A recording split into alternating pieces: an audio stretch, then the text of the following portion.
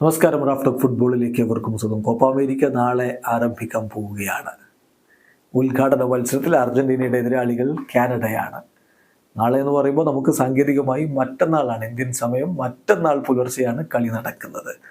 ഇപ്പോൾ Leo Messi പറയുന്നു, ഞങ്ങൾ ബെസ്റ്റാണ് എന്ന് വേണമെങ്കിൽ പറയാം, കാരണം ഞങ്ങൾ ലോക ചാമ്പ്യന്മാരാണല്ലോ. പക്ഷേ അതുകൊണ്ട് ഈ കോപ്പ അമേരിക്ക വിജയിക്കുമെന്ന് ഉറപ്പിച്ച് പറയാൻ പറ്റില്ല. ഇതൊരു ക്ലോസ് ആയിട്ടുള്ള കോപ്പ അമേരിക്ക ആയിരിക്കും എന്നാണ് ലിയോ മെസ്സി പറയുന്നത്.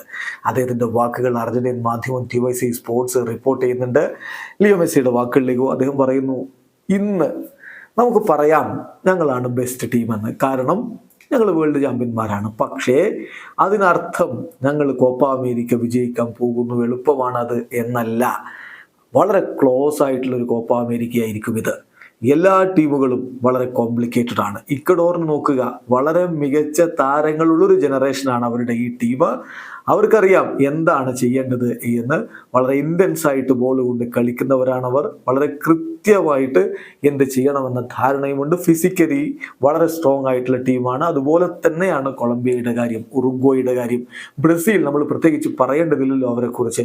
ഈ ടീമുകളൊക്കെ മികച്ച ടീമുകളാണ്. അതുകൊണ്ട് ഞാൻ പറയുന്നു, ഇത് വളരെ കടുത്ത ഒരു പോരാട്ടമായിരിക്കും ഈ കോപ്പ അമേരിക്കയിൽ നടക്കാൻ പോകുന്നത്. ഈവൻ ഞങ്ങളുടെ ഗ്രൂപ്പ് പോലും ശക്തമാണ് എന്നാണ് എനിക്ക് പറയാനുള്ളത്.